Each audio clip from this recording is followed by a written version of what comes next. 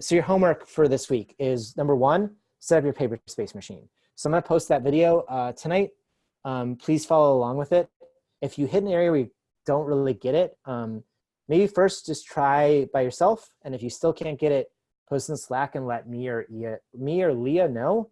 And we will definitely help walk you through the process. But give it a shot and see how it goes.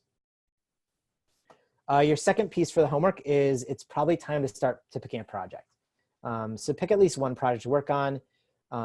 If you recall, last week I said when you're thinking about a project, there's a good way and a better way to think about it. So I'd start by like, what do you want to do? What do you want to make?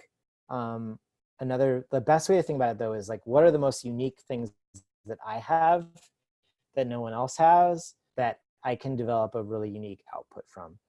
So that might mean you're Scott Eaton and you have access to a photo studio, access to models, and you're a really great figure drawing artist.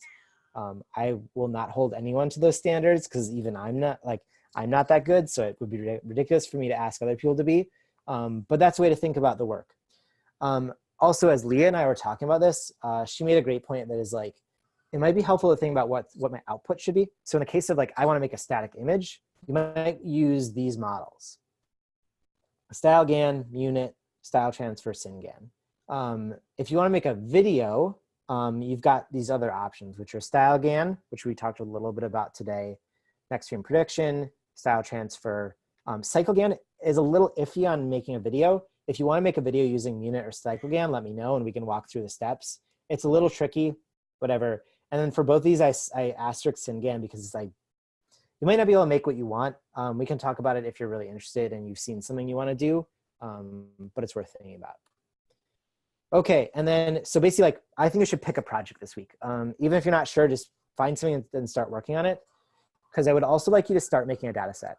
I don't know how many people are gonna finish their data set this week, but at least start the process of finding the images and start trying to make your own data set.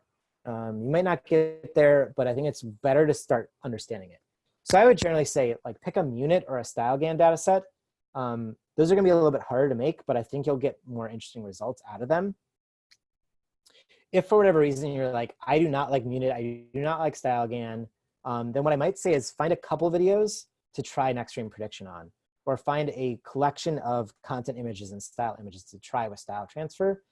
Because in general, like what I actually find about Next Frame Prediction and Style Transfer is you can learn a lot more by seeing how different things react and how different things are produced. Because that is like, so for example, for Next Frame Prediction, I find that it learns motion. Like it learns basic motion, but it doesn't learn how to reproduce a lot of things. So I might want to try different videos with different motion types and see how they react to each other.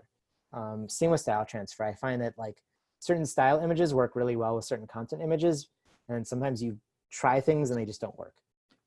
So with all of this, I recommend just like start building a collection of data set images and things you want to try.